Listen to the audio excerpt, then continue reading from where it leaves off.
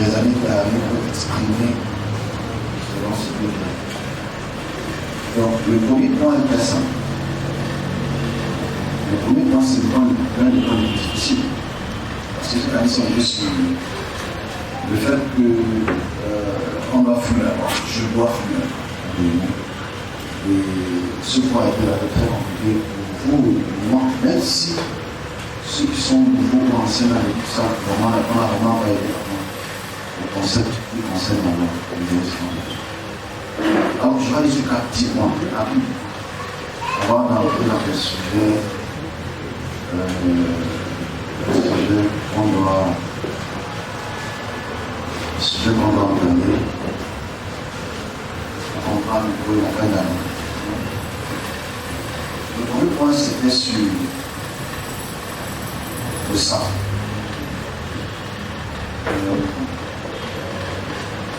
Et c'est 4 points. Le sang. Très important, le sang. Le deuxième point, c'est le Fils de l'homme. Très important, c'est le Fils de l'homme. Troisième point, sur la lumière de Dieu. Et le dernier point, le régime sur la mort. Très important. C'est là qu'on va les résumer. Vous savez, 12 mois, je pense qu'en 12 mois, j'ai perdu tous mes clients.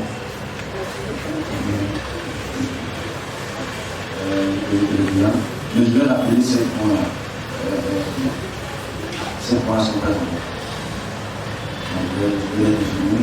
En quelques mots, je ne veux pas m'attarder sur ce. Et j'ai déposé un édito. J'ai déposé édito. Il y a une petite écriture sur Facebook. J'espère que vous avez lu. On va un peu parler de ça sur les choix. Je vais un peu parler de ça. Je veux qu'on comprenne un peu de son côté. Je ne suis pas en fuyant. Je parle juste. On est ensemble. Je ne veux pas dire aux gens qu'on a arrêté le bordel. Puisque les gens ne sont pas en courant, en plus, c'est mal. C'est pas grave. On arrive déjà le jeudi, pour le jour D. On sait les 4 points. Qui peut rappeler les points? Sinon, j'ai oublié. Je vais improviser. Je ne vais pas préparer ça. Amen. Fils de l'homme. Amen. Amen. Ah, les gens qui suivent souvent, quand ils le suivent. C'est parce qu'elle a une subtilité, elle n'a pas le choix. Donc, on va voir ça. Alors, on va commencer sur le sang. Si je commence par le sang, c'est parce que en 2019, j'ai commencé à enseigner sur les aspects du sang, des sacrifices de Moïse qu'il a fait pour Israël et ce qu'il a fait pour Israël pour que le sang pardonne les péchés du peuple d'Israël. Donc, quand j'enseignais cela, c'était pour introduire quelque chose de très important en 2019, 3 ans. Et c'était plus ou moins à la fin de l'année que je parlais du sang. Je suis sur le sacrifice de Moïse qu'il a fait sur le thème. Quand j'étais en Sinaï, j'allais à l'Égypte. Et ce qu'il faut comprendre, quelques petits mots, c'est que les sacrifices que Moïse a fait à la sortie d'Égypte et ceux qui ont perpétué ce système de sacrifice de sang, en tout simple résumé, n'était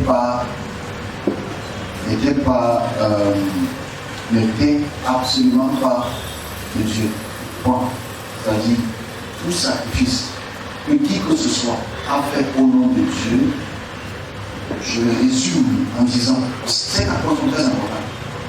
Je résume ça, après je vais montrer tout sacrifice où on a aspergé le sang, comme Moïse le demande dans Lévitique, comme Moïse le demande dans Exode, comme Moïse le demande dans Nombre, comme Moïse le demande dans Deutéronome, comme Josué le fait, comme Moïse l'a fait, comme comment ça s'appelle, David, Salomon et tous les autres ont fait. Dieu dit qu'il n'est pas pour des sacrifices, que le sang ne pardonne pas les offenses des hommes. C'est ce que j'ai d'abord ici expliqué. Je commence par là parce que ça peut troubler, mais c'est bien. Et je vais devoir m'expliquer. En fait, On prend le préféré maintenant. C'est pas pour tout le monde. Amen. Ça, c'est que gagner pas pour tout le monde. Jamais la cesse. Donc, je suis obligé de parler. Non, moi, je vais danser. C'est danser aussi. Non, on ne veut pas me danser. On va reparler. Je dis, Dieu dit que le sacrifice et le sang ne pardonnent pas les offenses et les péchés des hommes. Donc ça commence d'abord par là.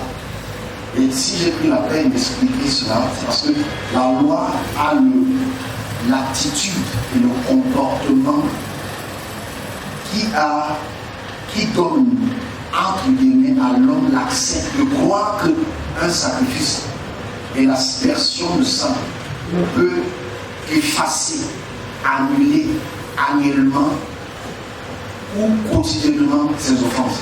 Quand tu prends la peine de lire les livres de l'éthique, quand tu as commis une offense, tu viens avec X, Y, Z forme de sacrifice, c'est-à-dire du corbeau, de l'oiseau à la chair au bout. Et quand tu présentes ça devant Dieu, et le sacrificateur asperge le sang sur l'autel, tes péchés sont pardonnés, les offenses sont pardonnées. Donc je dis donc que Dieu me dit de dire que les péchés ne se pardonnent pas par l'aspersion de sang. C'est d'abord la première chose que j'ai commencé en 2019. Mais ce n'était pas encore compris. Parce qu'il faut faire le lien entre l'aspersion du sang et l'aspersion du sang du Christ. Il faut toujours faire le lien. C'est important de le comprendre. Je l'explique. En fait, parce que je veux que ça dérange ceux qui vont le sang. Sur les trois personnes qui écoutent. Donc ça commence d'abord par là. Et si on essaie de voir la preuve matérielle, on se comprend, ça veut dire la matérialisation de la promesse que Dieu a donnée entre guillemets à Moïse, que si tu asperges le sang, les péchés de ton peuple seront pardonnés. Est-ce que ça a été matérialisé? Non. C'est le peuple le plus tabassé au monde. On se comprend. On ne fait pas l'apologie. Les pasteurs aiment faire l'apologie. C'est absolument incorrect. Et je suis obligé de mettre toujours une petite virgule quand je parle d'aspersion de sang. Parce que l'aspersion de sang, par sacrifice de n'importe quel type d'animal, des animaux, n'est pas une culture qui est purement israélite, c'est une culture qui est vraiment des autres nations qui avaient l'habitude de faire le sacrifice. Ce qui dérange la plupart des personnes qui sont pasteurs ou apologistes bibliques, c'est qu'ils ne disent pas la vérité sur l'histoire. Quand Israël fait le sacrifice, toutes les autres nations font le sacrifice. C'est pour ça que quand tu lis Deutéronome, il dit, Deutéronome chapitre 23, il dit, quand tu fais un sacrifice à l'Éternel, ne le fais pas hors du camp. C'est que tu fais ça au démon. Fais-le dans le camp. Fais ce sacrifice devant l'Éternel, les péchés seront absolument pardonnés, oubliés. Donc, Moïse, entre guillemets, je n'en plus parce que je ne viendrai pas dans cette. Ce n'est pas le but de la vidéo, dans mon résumé. C'est que le sang n'efface pas les offenses. Parce que si le sang effaçait les offenses, c'est que le monde est en paix. C'est que la voie est juste eux-mêmes. Les Israéliens peuvent être déportés, exilés, tabassés, sortis, détruits. Parce que si j'asperge le sang toutes les semaines et que ça lave les péchés d'Israël, je me pose encore la question comment je le fais toutes les semaines, mais toutes les semaines on me tape. Voilà la réalité historique. Donc, je m'arrête là sur le sang. C'est mon petit résumé. Peut-être on va commencer par là. Le sang n'efface pas si je te fais du mal. C'est parce que j'asperge le sang que ça va enlever le mal. Si je te déteste, c'est parce que je verse le sang que ça va changer mon avis vis-à-vis de toi. C'est parce que j'ai volé ton mari que j'asperge le sang pour oublier que tu as volé mon mari. Non. Donc le sang, c'est le qu'on se comprenne. L'aspersion du sang ne peut pas être un facteur qui annule les offenses. Si je t'ai fait du mal, la seule et unique manière que ça peut être oublié, c'est que je te demande pardon. Donc c'est le pardon qui se fait de cœur à bouche et d'oreille à cœur, qui fait en sorte que la personne comprenne que l'action que j'ai posée vis-à-vis de l'une d'elles n'est pas correcte. Donc cette loi ne peut pas être de Dieu. Déjà Dieu l'a dit, je ne dis pas. Donc le sang n'efface pas les péchés déjà. Personne dans l'humanité ne peut dire que tuer la chèvre annule les péchés. Ce qu'on n'arrive pas à comprendre dans son système stupide c'est le bon mot, c'est que la plupart des peuplements qui ont utilisé le sang comme aspersion faisaient ça pour avoir des faveurs de Dieu. On se comprend? Ça n'efface pas les péchés. Donc la personne qui a écrit le texte de Moïse a menti tout un peuple. Et ment encore le chrétien qui croit que donc la continuité de l'aspersion de sang efface, annule les péchés. La seule chose qui peut effacer ton péché, c'est que tu demandes pardon à la personne que tu as offensée. Est-ce qu'on se comprend? Voilà la première base. On se comprend. Donc si tu as fait du mal à ton nom, à ta tante, à ton enfant, seulement ensuite le sang du Christ couvre les péchés. Ça c'est du leurre. Parce que la plupart des nations aspergeaient le sang avant Moïse, pendant Moïse, après Israël, ne faisaient pas pour parler les péchés. Quand toi tu pars au village, chaque jour les musulmans, quand on verse le sang du corps, ça efface le péché. Non, ça t'apporte des chances. C'est supposé t'apporter des chances, mais tu es là. Ouais. Donc je crois que c'est très bon de commencer par le sang. Donc le sang que Moïse dit entre guillemets, à Moïse entre guillemets, que le sang efface les péchés, c'est absolument faux. C'est absolument faux. Et le peuple d'Israël donc, avait l'habitude, comme les autres peuples bien sûr, l'habitude de faire ce type de sacrifice toutes les semaines et tous les mois et annuellement. Des brebis et des brebis en centaines. Mais ça n'a pas empêché que les alliés viennent taper. Des brebis et des brebis en centaines. Ça n'a pas empêché que les Perses viennent taper. Des brebis et des brebis en centaines. Ça n'a pas empêché que les Babyloniens viennent taper. Des brebis et des brebis en centaines. Ça n'a pas empêché que les Greco viennent tabasser. Il faut l'histoire. L'histoire que nous aidera à comprendre si vraiment ils ont été dominants. On va dans le sang. J'ai résumé que le sang ne peut pas pardonner les offenses d'un homme, ni des animaux, ni d'un homme. Fait que si un homme meurt, ou une chèvre meurt, on a son sang, ça ne peut pas effacer tes offenses vis-à-vis de celui à qui tu as offensé. C'est impossible. Voilà pourquoi donc on stagne dans l'erreur, tout en pensant comme eux, comme nous, comme le reste, que comme je prie par le sang, ça me couvre de mes offenses. Tu es stupide. Et il faut qu'on sorte de cette stupidité, c'est le même point. Le sang. Je vais être assez rapide, parce que je veux être rapide pour les prêts de famille. Le deuxième point, c'était le fils de l'homme. Fils de l'homme. Voilà ce que je ne connais pas. Je prendrai les questions, ça va pas. Parce que je vais résumer tout ce qu'on a fait pendant 12 mois. Je sors de là. Maintenant, si le mois prochain n'a pas écrit, vous allez comprendre. La vie n'a pas écrit. Je n'ai pas dit qu'il n'y aura pas. Mais je sais bien. Ok, le fils de l'homme. Alors, le fils de l'homme, c'est quelque chose de très important. Parce que c'est le premier point du sang est très important parce que c'est notre confession aujourd'hui. Il n'y a aucun chrétien qui ne disent pas tous les jours le sang de Christ m'a parlé de péché. Parce que c'est une confession paulinienne.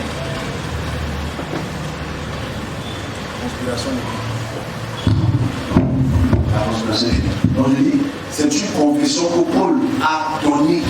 Parce que Paul dit que le sang du Christ nous pardonne les offenses. Il le dit clairement. Et le chrétien donc prend cela sans faire le lien avec la Bible, la parole que Moïse a donnée. Donc ce que Moïse a dit, Paul n'a pas de révélation. Parce que Paul c'est le Paul n'a pas de révélation. Paul n'a pas de révélation. Tout ce que Paul dit, c'est ce que les Israéliens ont dit. Donc toute personne qui pense que Paul a des révélations se trompe. Parce que Paul ne fait que prendre la connaissance et la compréhension de Moïse, de David et de tous les autres entre les prophètes. pour dire ce qu'on appelle l'herméneutique extra-pensée. Parce qu'Israël, quand lui parle là, quand Paul lui parle à la période dite Christ, qu'est-ce qui s'est passé avec tout le sang que Christ a versé? Israël était avancé, dispersé dans tous les pays jusqu'à aujourd'hui.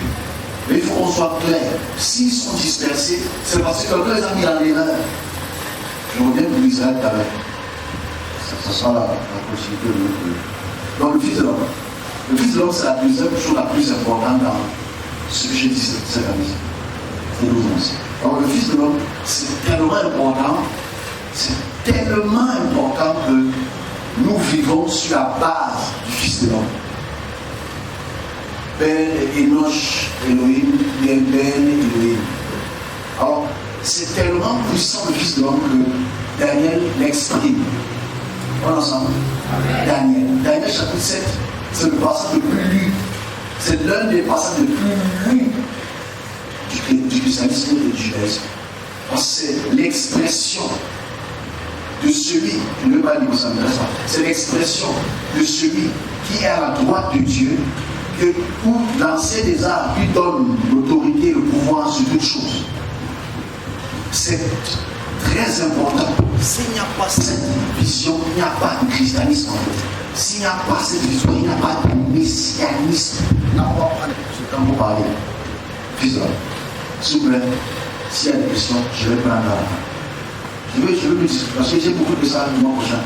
Les messages sont plus importants que ceci. Mais on est sur le Fils de l'homme. S'il n'y a pas le concept du Fils de l'homme, il n'y a pas de messianisme. S'il n'y a pas de messianisme, il n'y a pas de christianisme. S'il n'y a pas de christianisme, c'est pas le malade. Alors le Fils de l'homme, c'est celui qui s'assoit à la droite du Père. Ok?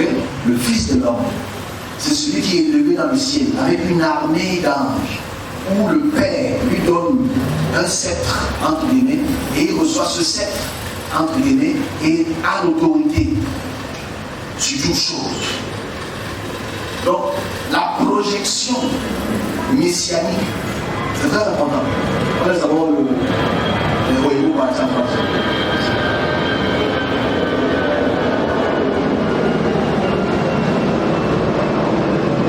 La projection messianique. Je ne veux pas dire Daniel, vous ne restez pas de Daniel. Là, je suis chapitre 7. Dans le ça à la maison, je ne vais pas oublier. On m'a dit de fuir alors j'ai fui. La projection messianique. Si Daniel n'aurait pas écrit ce titre, entre guillemets, Daniel n'aurait pas eu ce texte, il n'y a pas de messianisme, il n'y a pas de christianisme. Parce que le Christ, dans l'évangile, ne prône que l'image du Fils de l'homme. Le Christ biblique il ne dit pas qu'il est le Christ, mais il dit qu'il affirme qu'il est le Fils de l'homme. Donc, comprenons le concept du Fils de l'homme. Une fois, pas pour toutes, mais une fois. Donc, le Fils de l'homme entre dans un projet tellement important, eschatologique. Eschatologique veut dire la fin des temps. Parce que le Fils de l'homme vient proclamer la fin des temps. Autour du Fils de l'homme, quand il regarde dans la vision de Daniel, entre guillemets, vision de Daniel, moi, c'est la propagande, il n'y avait pas la vision. Dans la propagande de Daniel, il voit 4 bêtes. Ces 4 bêtes est la représentation de 4 royaumes. On est ensemble? Ces 4 bêtes sont la représentation de 4 royaumes. Mais maintenant, quand est-ce que l'écriture là est écrite pour comprendre contextuellement, est-ce une prophétie ou une propagande? Voilà le problème avec le chrétien. C'est que le chrétien est chrétien. Donc on commence. Les 4 bêtes qu'il voit autour de lui, comme la bête du 666 aussi, on en parlait ça tout à l'heure, les 4 bêtes qui sont là, que le Fils de l'homme entre les décrit, que représentent ces 4 bêtes. Parce qu'aujourd'hui, on dit ça encore aujourd'hui, on ne se pose pas la question, quelle est la représentation de cette bête? Alors, il faut qu'on plonge, comme on a appris ici, tout bon, et qu'on repart vraiment 2300 ans avant l'ère du Christ. C'est-à-dire que nous sommes à la période post-perse grecque. Donc s'il vous plaît, je sais. Quand j'ai commencé ça en 2019, les gens qui partaient, ils nous font trop de dates. Les sœurs des dates ne peuvent pas comprendre. Ok? Je pense que les hommes, si on te dit que maintenant, c'est le président Haïti qui règne, tu dis Amen, c'est que j'ai bête. On se comprend? On n'en a pas compris. Tu sais que maintenant, le président qui a étudié là, c'est Haïti. Et tu dis Amen! C'est que tu as un problème d'aliénation mentale. C'est que tu ne connais pas l'histoire. On se comprend? Hey, mon président c'est Paul Biya. Ok, si mon président c'est Paul Biya, tout ce que le président dit est contextuel de son époque. Donc, on y va.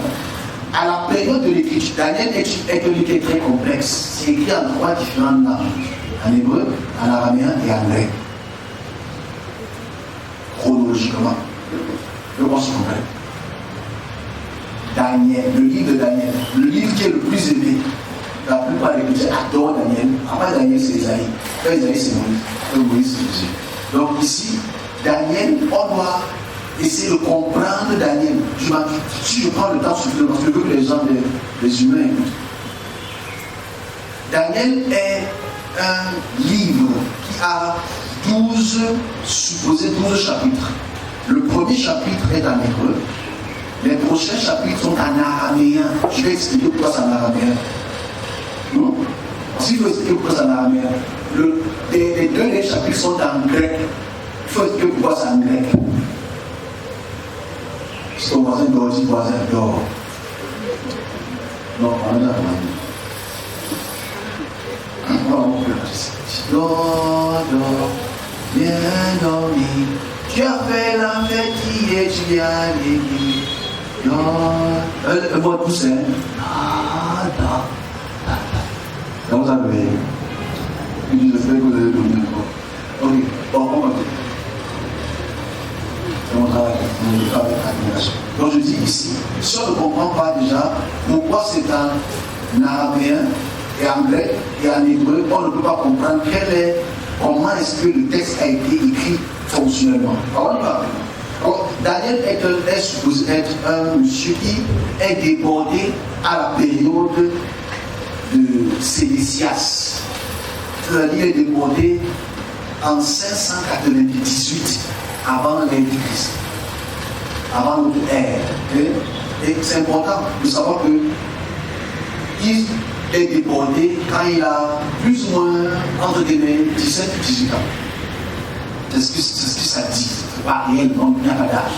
Mais le plan avec Daniel, c'est quoi? C'est que du chapitre 1 au chapitre 10, il y a des erreurs chronologiques historiques. C'est-à-dire que du chapitre 1 au chapitre 10, il y a des erreurs chronologiques et historiques. C'est-à-dire, par exemple, dans Daniel chapitre 1, quand il parle de la déportation, il dit qu'à la 3e année de la déportation, mais il donne le nom du roi qui était en place. Il donne plus ou moins l'année, entre guillemets, quand il donne le nom du roi, il donne l'année. Mais quand tu essaies de voir dans l'histoire babylonienne, c'est absolument incorrect. Donc déjà, le texte du livre de Daniel commet beaucoup d'erreurs d'écriture. On continue. Ça, c'est la première partie. Deuxième chose, c'est quand ils sont déportés à Babylone, en 1686, c'est-à-dire 11 ans plus tard, quand ils sont déportés à Babylone, ils vivent pour un certain temps. Quel est le langage qu'ils utilisent? Les Babyloniens parlent quelle langue? Les Babyloniens parlent l'araméen, c'est la langue commerciale. Voilà ça. L'araméen n'est pas très loin de l'hébreu, c'est la langue sémitique. C'est comme l'arabe. Ok? Voilà. Donc, quand il parle l'araméen, on se pose la question comment donc le texte peut être écrit à la fin en grec? Qu'est-ce qui s'est passé pour qu'il soit écrit en grec à la fin?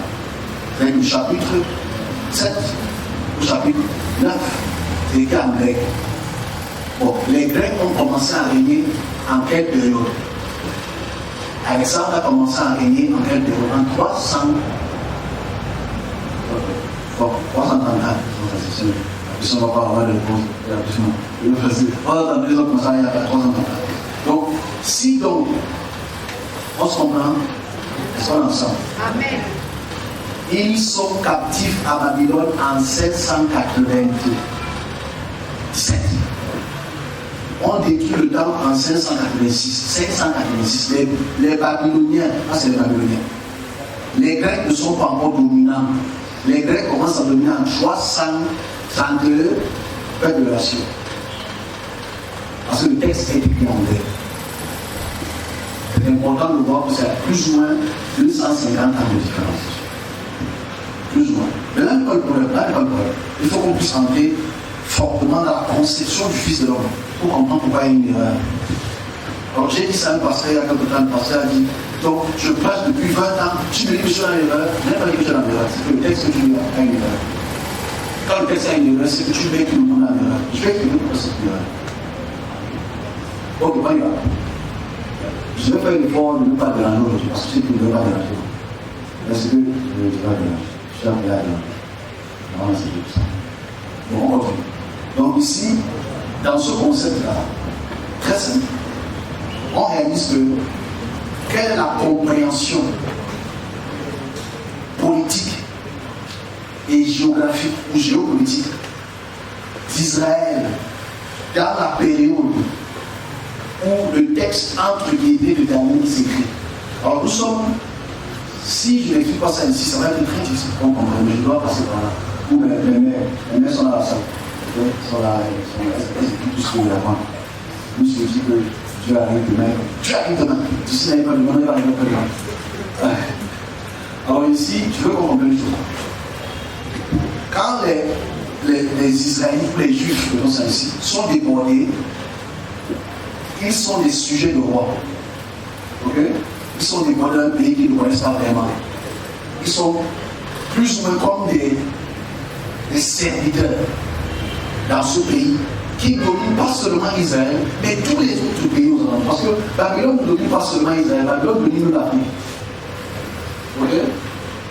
Il domine l'Afrique et tout ce qui est Asie mineure. C'est vraiment important. Et ils ont étiré leur domination vers l'Europe du Sud, c'est-à-dire la Macédoine, la Grèce, et un peu la Gaule. On se comprend. Ça veut dire à la période de Nebuchadnezzar, à la période de Cyrus, à la période de Darius, à la période d'Azézès, à la période de Zézès, tous ces rois ont dominé pendant près de 400 ans toutes ces régions-là. Donc Israël n'est qu'un petit pays, non pas le chanteur. Okay? Donc, Israël est minuscule. Je parle de petit pays. Bon, c'est un petit pays. C'est comme si on dit l'Afrique est puissante et tu dis la Guinée est la plus puissante. Moi, vous savez, c'est un petit pays. La Guinée, c'est comme voilà. Ok? Qui a fait la Guinée ici? Ils sont. Qui a fait l'IA? Tout le monde est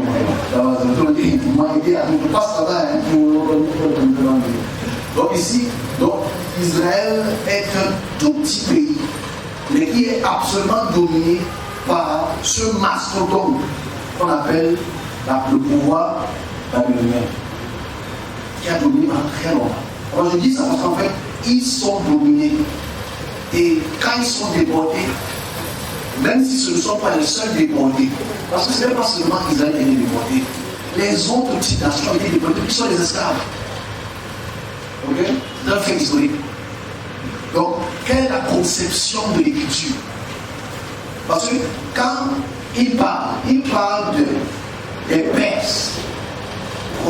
La première image de la vision, entre guillemets, il parle de Perses. Après les Perses, il parle de qui? Il parle des Babyloniens. Après les Babyloniens, il parle de qui? Il parle des Grecs.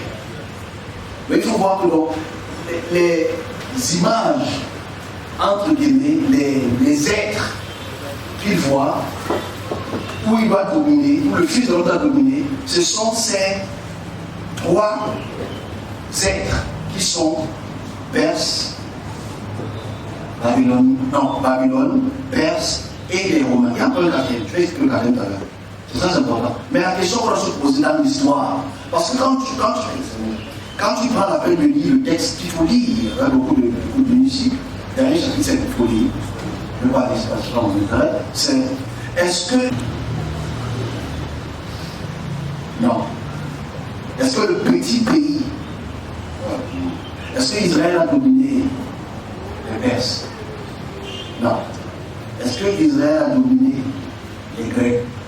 Non. On a la quatrième puissance, qui est très importante. Parce qu'en fait, la quatrième puissance, ce ne sont pas les Romains. Je vais expliquer ce que c'est la quatrième puissance. La quatrième puissance, c'est ce qu'on appelle les Hasmoniens. Parce qu'il faut dire ça aux chrétiens qui ne connaissent pas l'histoire. La puissance hasmonienne a commencé à diriger à partir de 165. Ce ne sont pas des prêtres, ce ne sont pas des descendants de rois, mais ce sont des hommes qui sont entrés en révolte contre les Grecs. Puis je sais, je fais l'histoire, je sais. On va même tableau, on va écrire. Okay? Ils sont entrés en conflit contre les pouvoirs, contre Antiochus, ceux qui restent sur l'histoire. Quand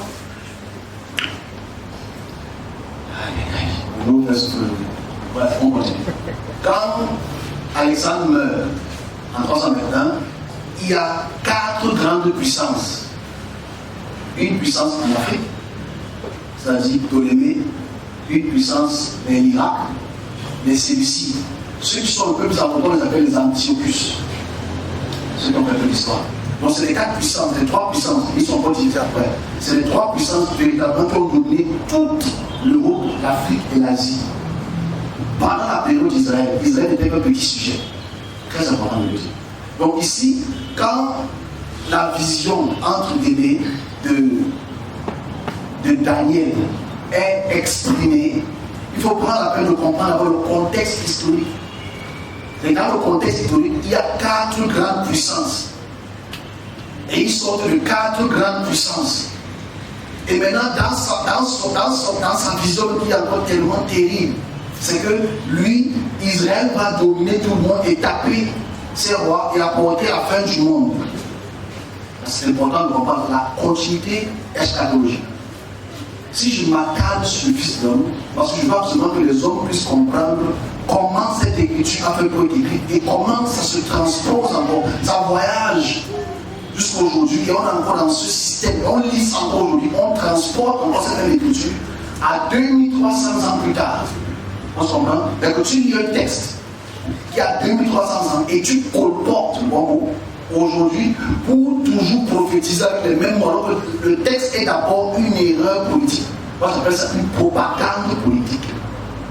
C'est-à-dire, quand ils écrivent le texte, ils savent, ils ont espoir qu'un roi, un chef va émerger et venir détruire la puissance grecque et venir détruire la puissance d'Antiochus ou même venir détruire la puissance romaine, comme on va s'en dans le chapitre de Jean.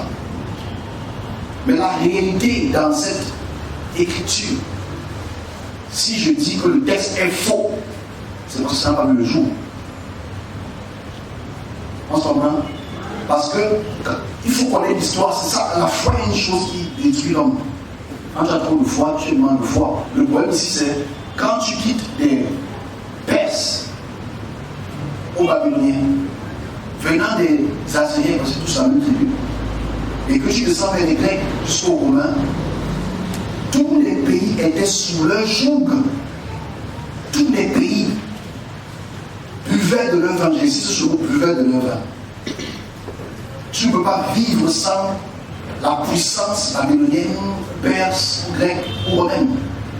Et Israël n'était qu'un tout petit pays. La question quand je vais sur le texte, pas une réflexion herméneutique, c'est est-ce que le Fils de l'homme est vraiment venu avant la mort de Christ à la période d'Antioche ou Antiochus, à la période grecque, est-ce qu'il est venu? Voilà la véritable question qu'on a se poser sur la qualité du texte. Parce que nous, on y avait beaucoup de foi, je veux la croire, on avait le choix de la foi. Mais bon, j'explique maintenant la vision. Pas la vision de la vision Marie. Vous faites le résumé 4 mois. Ceux qui sont arrivés par retard, je fais 4 mois, ce que j'ai dit, c'est 12 mois. C'est important. Alors, quand l'Esprit de Dieu me transporte, c'était pour voir quelque chose. Et quand il me transporte, il me dit, qu'est-ce que tu vois? Je vois le Fils de l'homme et plein d'êtres autour de lui, et il fixe l'horizon. Le fait qu'il fixe l'horizon, il me dit, qu'est-ce que tu veux faire? Je le vois, toi. Donc je dis à Dieu que je te vois toi. Il me dit non, fais attention, cette image n'est pas moi. Mais viens encore plus haut, je monte encore plus haut, je vois encore le fils de l'homme avec un banderole, comme on va toujours là. Et plein de gens autour de lui. Qu'est-ce que tu vois? Je te vois toi. Il me dit attention, ça ce n'est pas mon image. Dis-le. Donc j'explique, c'est parce que l'image du fils de l'homme est une image qui est appuyée aujourd'hui et on vit de cette image du fils de l'homme. Parce que je vais entrer dans le côté christianisme. Parce que sans le Fils de l'homme, il n'y a pas de christianisme. Parce qu'il faut expliquer le caractère. Si je prends un peu plus de temps sur l'histoire du Fils de l'homme. Mais on va prier pour les familles. Moi, je ne suis pas d'accord, on va prier. Amen. L'ancien est là, il n'y a pas de problème. Amen. Parce que les mêmes personnes ont dit, hey, l'homme nous pour ça. Moi, je dis la vérité. C'est pas la bonne ensemble. Donc ici, si tu ne comprends pas la géopolitique de l'écriture, tu vas forcément toujours faire ce qu'on appelle la projection spirituelle. Tu vas toujours projeter cette image, comme les chrétiens et les juifs savent le faire. C'est-à-dire qu'ils veulent toujours projeter l'image. Parce que ça n'a pas vu le jour, on va parler du christianisme aussi. Parce que l'image du christianisme doit être exprimée avant le christianisme. Ensemble, c'est-à-dire, qu'est-ce qu'il y avait avant le christianisme? Je sais, les mêmes personnes ne faut pas trembler. Je suis un mot, il ne faut pas trembler. C'est le reste de la vérité. Je fais un résumé. C'est quoi l'image du christianisme avant le christianisme? C'est que quelles sont les personnes dans la région de Tyr et Sidon ou la Césarée sous domination gréco-romaine? Comment ça se passait dans cette période-là? Est-ce qu'il y a des écritures qui matérialisent ce qui s'est passé? Est-ce qu'il y a des textes? Est-ce qu'il y a une histoire qu'on peut avoir une comparaison historique ou qu'on appelle historiographie? C'est-à-dire, avant l'ère du Christ, c'est-à-dire 150 ans, 200 ans avant l'ère du Christ, qui sont ceux qui habitent plus ou moins dans la région qu'on appelle la Césarée ou la Judée? Alors, je vais vous expliquer ce que peut-être les chrétiens ne plus jamais dit à l'église. Parce que si tu dis ça à l'église, tu perds les clients. C'est toi qui as perdu les clients. Amen. Parce que les clients, il y avait beaucoup de clients, hein. Même si je vais changer ça. Bref, on continue. Alors, avant, à la période d'Antiochus, c'est très important que l'Église sache cela. Parce que dans l'écriture de la Bible du Nouveau Testament, il y a beaucoup de très très belles écritures, des paraboles succulentes, des motivations. Et j'aime ça, moi j'aime bien. Mais il y a une réalité qu'il faut exprimer. C'est-à-dire, est-ce qu'il y a des textes à la période là, c'est-à-dire 150 ans avant l'ère du christianisme? Qu'est-ce qui s'est réellement passé? Quelle était la situation géopolitique? Ça, c'est très important. Je prends l'exemple du Nozo. Au Nozo aujourd'hui, on voit ce qui se passe. On a des enfants qui meurent tout le temps. Je prends, c'est un exemple contemporain. Je dis, si je suis un prophète de cette région, mon idéologie, ma pensée va toujours aller vers des paroles qui sont là pour soulager mon peuple, qui sont là pour dire la vérité sur mon peuple. Et certainement, si les choses ne marchent pas, je vais forcément dire que ça va aller. Bientôt, Paul va arrêter la guerre. Donc je vais dire des choses pour vous motiver, parce que vous êtes dans le besoin. Voilà ce qui se passe à l'église. Amen. Amen. On se comprend. J'ai vu quelque chose ce matin, je rends message pour ce que j'ai vu ce matin. Ce n'est pas une vision, ce que j'ai vu. Et on parlait d'argent. Alors je vais lui prêcher sur l'argent aujourd'hui. Je dis, alors récupérez votre argent. Je suis venu dire, parce qu'on me dit ce que vous demandez. Amen. Si je commence à me rester l'homme là, amen, je récupère, j'arrache. Et j'ai arraché, les gens ont arraché l'argent du succès, on dit quoi? On se comprend. Mais ce n'est pas ça que vous gérez. La parole là te motive un peu. Un an plus tard, c'est toujours la même chose. Bref, on continue. Donc je dis, les paroles qui sont très bonnes, qui motivent les gens, qui aspire les gens, qui inspire les gens même. C'est ça, ce sont ces paroles qu'on aime bien donner. Donc je reprends la période d'Antiochus, qui est vraiment 165 avant l'ère du Christ. C'est-à-dire, quelle est la situation? Les Grecs veulent absolument forcer le fait qu'on fasse des sacrifices dans le temple d'Israël. Les sacrifices de porc. Les sacrifices de porc. Et vous savez que pour le monde juif, et certains chrétiens, ils ne mangent pas le porc. Je ne sais pas quel délire je m'en ai. Et quand on supprime le porc, on fait comment? Seigneur, ça y est, le problème du système, hein? On se voit, non? Imagine qu'on supprime le porc. On fait comment? La peau là, le canard là, je bénirais déjà. Oh, c'est parce que celui qui mange le porc, c'est un péché. Hein? Vous savez ça? Vous savez pas ça? Ceux qui mangent le porc, tu pêches. Tu manges le poisson sans écaille, tu pêches. C'est dans la vie. C'est pas comment vous faites, c'est là. Vous lisez les boutiques. Chapitre 11. Je ne sais pas savoir si tout le monde peut manger. C'est ainsi parle les. Voilà. Donc si tu manges le porc, réfléchis d'abord. Mais le coup, ça prend le sang. Ah ben non. Ça prend le sang. Ça prend le sang. Ça prend le sang. Bon, si tu manges le porc, il faut venir ça. Tu es sur les positions là. Ah ben non. Bah non, j'ai ça. On ne peut pas grand-chose sur parce qu'il y a des choses que je prends pendant la question avant de continuer. On va finir d'autres façons. Donc ici, sur ce point-là, à la période-là, les rois grecs qui sont fâchés contre Israël, contre la Césarée bien sûr, veulent absolument implémenter, déranger les prêtres. Parce qu'il n'y a plus de prêtres en fait. Écoutez ceci, il n'y a plus de grands prêtres. On a besoin de se poser la question. Pourquoi en Israël, entre guillemets, parce qu'il reste la Judée, pourquoi en Israël il n'y a plus de grands prêtres alors que Dieu a dit que vous êtes prêtres à perpétuité? Il n'y a plus de grands prêtres. À cette période, il n'y a même plus de prophètes entre guillemets. C'est-à-dire qu'on n'écoute plus les prophètes, on écoute maintenant ce qu'on appelle les rabbins.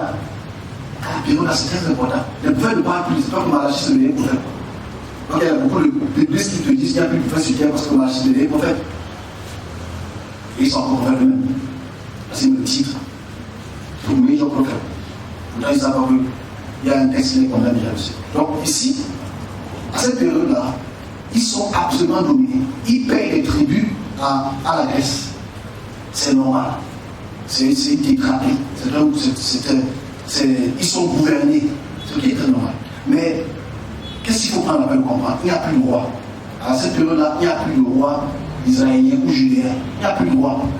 Maintenant, il y a un monsieur qu'on appelle Judas, ou Maccabée, Judas Maccabée, qui se lève et commence à faire une révolte contre les Grecs. Et cette révolte, cette guérilla, cette révolte-là, elle réussit un peu.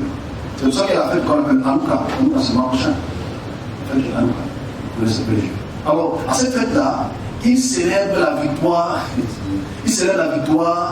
des Juifs sur les Grecs. C'est très important ça. Alors ici, Judas devient plus ou moins, il crée ce qu'on appelle la dynastie hasmonienne, qui dure pendant plus de 100 ans. 165 à 160, plus ou moins. Alors c'est très important de comprendre le concept. Et à cette période-là, les gens n'aiment pas les Maccabées. Ils n'aiment pas la famille Maccabée. Ils n'aiment pas. Ils n'aiment pas parce qu'ils ne sont ni rois, ils ne sont ni prêtres, mais c'est eux qui font des sacrifices. Parce qu'on comprend la situation. Parce que quand tu ne lis pas, tu ne connais pas l'histoire, tu ne peux pas comprendre la situation, pourquoi il y a eu beaucoup d'éveils messianiques.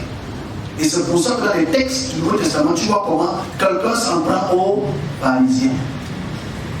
On va se comprendre. Ensemble. Le Fils de l'homme, c'est la partie la plus importante. Chapitre 23. Pharisiens inscrits, vous êtes assis sur le ciel de Moïse. C'est très important de comprendre pourquoi est-ce qu'il le dit.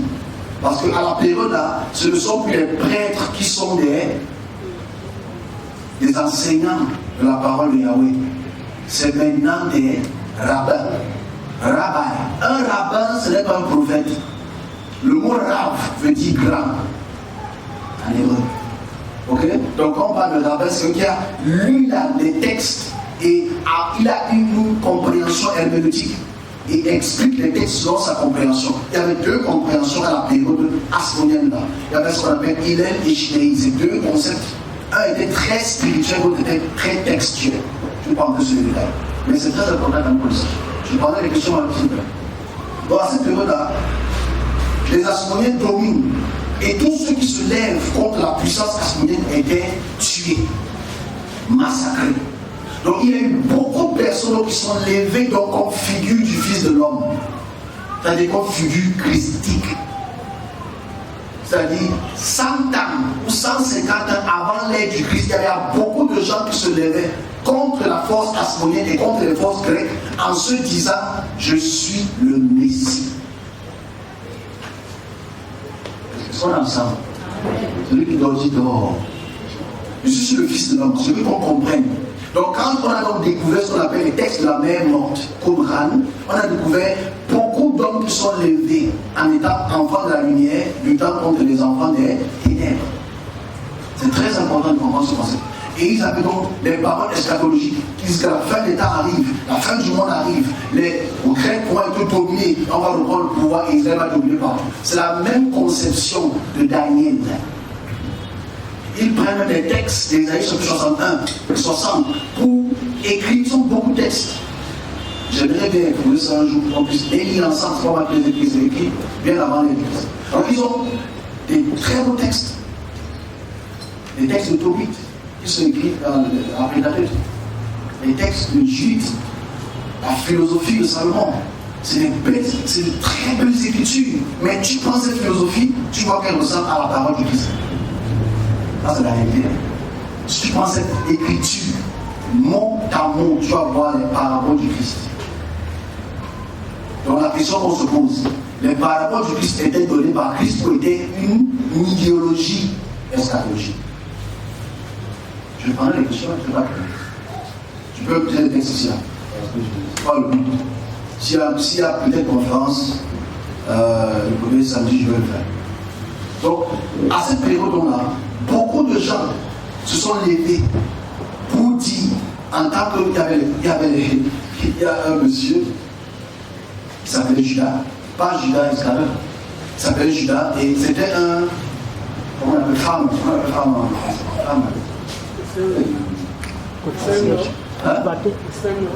Un farmer. On peut un fermier. D'accord. Femme et fermier. Oh. Comment comme ça? Ok. Un cultivateur. C'est un cultivateur qui s'est levé et il voulait absolument. Il était très puissant. Selon la description, les textes étaient très puissants, très forts. C'était un homme de l'armée. Il a levé une grande foule. Il a levé une très grande foule et il est parti se dresser contre la puissance grecque. Et il a été tué et il a été crucifié. Il y a eu beaucoup de figures messianiques qui sont levées pour absolument détruire la puissance grecque. Et même romaine aussi. Ils ont été tous tués, crucifiés. Ça, c'est des choses qu'il faut dire. Ok, bon, je conclue par rapport à ça. J'espère que vous le faites. Quand on prend la peine de lire les textes du Nouveau Testament, on a aussi un Seigneur et un Sauveur qui s'est crucifié pour nous. Crucifié. Qui est mort pour nous. Mais si tu ne fais pas le lien entre la compréhension eschatologique et l'image de Daniel, et c'est la question qu'on va poser à tous les chrétiens. Tous les chrétiens, parce que vous êtes chrétiens. Moi, je ne me suis plus. Vous ne saurez pas, je vais payer la famille. Non, c'est pas le problème. Celle-là, c'est n'importe quoi, il n'y a pas de problème. C'est le vrai, c'est le vrai. Là, je pense que c'est le vrai. Enfin, vous qui êtes chrétien, vous devez vous poser la question. Ok. Avant le Christ, d'autres personnes sont levées comme le Christ. Actes chapitre 5 le dit. Actes chapitre 5, 3 des versets. Donc, il y a eu beaucoup de gens qui sont levés comme Christ. Mais qu'est-ce qui rend votre Christ particulier? Votre Christ, qu'est-ce qui le rend particulier? Parce que c'est toujours l'image du Fils de l'homme. Qu'est-ce qui le rend particulier? C'est que c'est le Fils de l'homme. Et il est mort. Et il est mort. Et il a ressuscité. Amen. Et il nous dit Amen. Il a ressuscité. Maintenant, le problème qu'il a, c'est quoi? Qui est, pas qui a. Le problème qui est ici, c'est quel était le rôle du Christ à la période du Christ? Voilà la question qu'il faut poser. Vous chrétiens, vous voulez les chrétiens, vous lisez sur les textes, vous posez la question. le rôle du Christ à la période du Christ, c'est quoi? C'est-à-dire que quand David et Isaïe entre les mains, et le reste annonce l'arrivée d'un Christ, que j'ai d'abord expliqué la mentalité socio-géographique et sociale. C'est-à-dire ils sont des tabassés et ils veulent un sauveur. C'est tout à fait normal. C'est leur choix. Mais quand le Christ vient sur terre, qu'est-ce qu'il a fait? Il a guéri les malades. Amen. Il a chassé les démons. Amen. En plus de ça, il est mort pour les morts.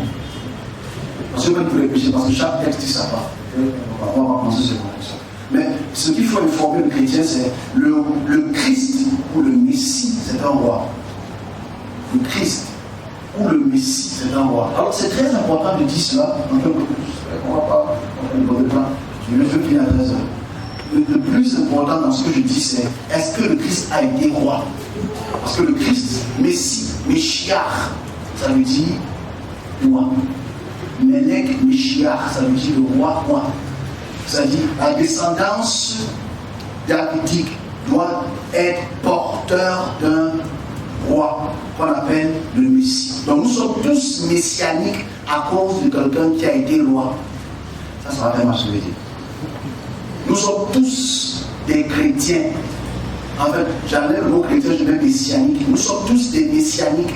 J'enlève le mot Meshiach. Nous sommes tous des Meshiach à cause de quelqu'un qui s'est levé en tant que Meshiach. Mais le Meshiach a quel rôle d'abord, mes amis les chrétiens? Le Meshiach, c'est un roi qui est supposé apporter la puissance, la force, la restauration au peuple d'Israël. D'accord, c'est d'abord ça. S'il vous plaît, tu peux déjà lire les textes. Tu peux lire 2 Samuel chapitre 7, tu peux lire Psaume 2, Psaume 9, Psaume 8, tu peux lire Ézéchiel 37, 34. Voici les passages qui parlent du Messie. Donc voici les passages qui parlent du roi qui va dominer dans le monde et rendre tous les autres pays des pantins, des bébés. Mais la question est, est-ce que le Christ a fait, notre Christ, parce qu'il a encore notre Christ. Est-ce que notre Christ, qu'elle est venue sur terre, donc il a fait? Tu m'as dit, oui, il a fait, parce que le pasteur a dit, non, il faut vérifier l'histoire. Nous sommes plus prudents. Donc, dans sa vie. C'est-à-dire que, est-ce que dans l'histoire, le Christ a dominé le monde? Est-ce qu'il a dominé Israël? Est-ce qu'il a été roi? C'est le véritable chose qu'il faut se poser, parce que Paul nous a malaxé le cerveau. Nous inquiétons pas pour il y a l'onction. Est-ce que le Christ a été roi? Parce qu'il est le roi des rois, il n'a pas été roi. Alors, ce qui montre que cette histoire est plus ou moins réelle, l'histoire que je raconte, c'est qu'il a été couronné avec la couronne d'épines sur sa tête.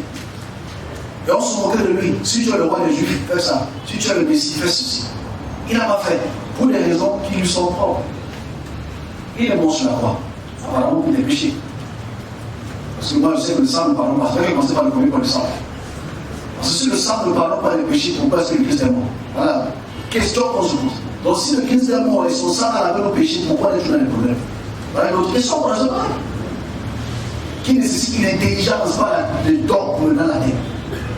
Je commence. Si elle commence par le premier point, le sang, c'est pour faire comprendre que si tu ne parles pas à ta sœur, ou à ton oncle, ou à ton qui que ce soit qui t'a fait du mal, ce n'est pas le sang de qui que ce soit qui va absolument faire en sorte que le t'a accepté ton pardon. C'est quand tu es de ton cœur et tu dis je te pardonne. Tu as compris, ouais, je t'ai fait du mal. Mon oncle, j'ai mal parlé de toi. Hein, les filles.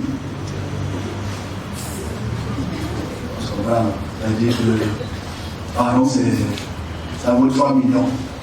Tu me parles, moi,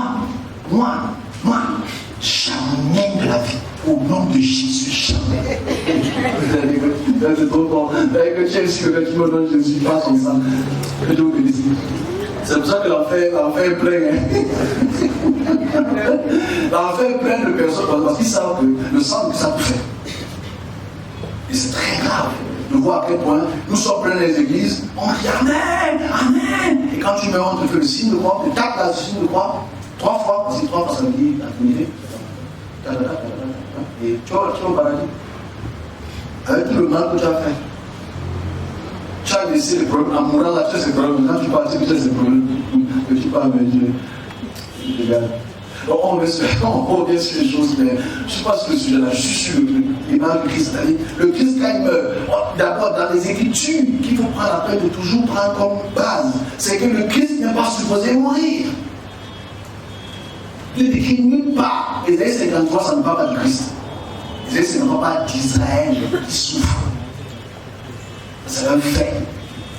Donc, quand tu prends la peine de lire toutes les prophéties du Christ, le Christ n'est pas supposé d'aller. Voilà pourquoi il a fallu qu'il ressuscite. Il attend une vie. Bref, on est dessus. Donc ici, c'est très important de comprendre que l'histoire du Christ pose problème. Parce que nous sommes tous suiveurs d'un Messie qui n'a pas été Messie. Parce que Dieu n'a pas envoyé un Messie par la quatrième partie, qui est la lumière. Pas la partie là. Est-ce que ça fait là? Parce que là, les chronologiquement. Je sais que dimanche prochain, vous ne serez pas là. Je vais faire mon travail. Amen. Mais ceux qui sont malades, venez. Je fais ma bouche, je fais non. Ok? Mais je ne dis pas, mais c'est au. Bon, on comprend. Donc, l'image du Christ, Christ n'a pas été un roi. Donc, il n'a pas été roi à Israël, parce que c'était le but. Il n'a pas assemblé son peuple, il a plutôt dispersé. On va dire, mais il a profité de temps, il a été détruit. Là, c'est un peu notre question que je prendrai à la fin. Voilà, si je te dis que je vois que le Cameroun, le Nosso va être en guerre, ce n'est pas une prophétie. Amen. Dieu dit, au nom de Jésus, je vois que nous sommes en guerre. Oh, pasteur, il y a la guerre là. C'est quoi ce moment-là? Je recommence encore. Si je dis que, Amen, je vois la guerre au Nosso. Ça va commencer le matin. Parce que, je connais la situation, parce que tu fais une erreur, il y a la guerre depuis 4 ans. Il faut réviser des textes. En fait, le problème qui se pose, c'est qu'on a posé la question sur la légitimité, la légalité du texte. Le texte a été écrit quand pouvoir programmer ou dire que le temps a été très semblable sur les textes. C'est la question du sujet, je ne vais pas m'attarder dessus. Donc le Christ n'a jamais été roi. Et le Christ est mort. Maintenant, le problème, c'est que quand le Christ lui-même est mort, il dit qu'il part auprès du Père et il passe devant la droite. Comme le fils de l'homme de Daniel. Donc la représentation de Daniel, c'est ce que le Christ, dans l'évangile synoptique et asynoptique, les gens veulent absolument montrer qu'il est le fils de l'homme. Et c'est bien, parce qu'il est monté dans le ciel, il est assis à la droite, et il nous envoie un consolateur, on appelle le Saint-Esprit. C'est ça qui anime l'Église aujourd'hui. C'est pour ça qu'on est tous, on a tous se marier tous les jours. C'est une réalité. Ok. Je m'arrête là pour le fils de l'homme. C'est ça que c'est compris. Parce qu'en fait, si Dieu n'a pas envoyé un fils de l'homme, qu'est-ce qui nous rend chrétiens?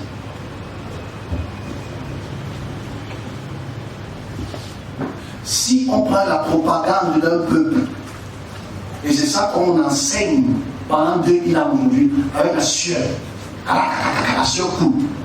Donc on prend la propagande d'un pays qui attend un sauveur, parce qu'ils sont là en détresse. Bon, c'est vrai que le Cameroun veut un sauveur. Nous, on ne va pas. On se comprend, non? On veut un sauveur. Parce que les gens qui parlent au Caire, là, tous les jours, on est fatigué. On se comprend. On veut. Je ne veux pas qu'on mène à la prison. On veut un sauveur. Donc, forcément, il est donc clair que je peux me dire tous les jours que ça, la fin arrive. La fin arrive. Oui, je peux dire ça. Parce que c'est ce que je mon cœur ici. Il faut attention avec ce qu'on appelle le cœur des hommes et la volonté de Dieu. Parce que la volonté de Dieu s'accomplit toujours. On se comprend?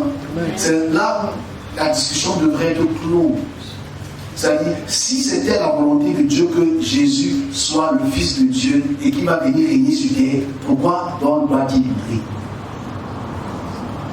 Voilà les véritables questions qu'il faut poser. Mais ça nous dérange parce que tu poses au pasteur, parce que ça va faire du sens aussi, que tu as annulé déjà ta veille. Tu suis à l'église. Donc, je m'arrête à ce fils-là. Je prendrai des questions. Maintenant, je passe sur le troisième point.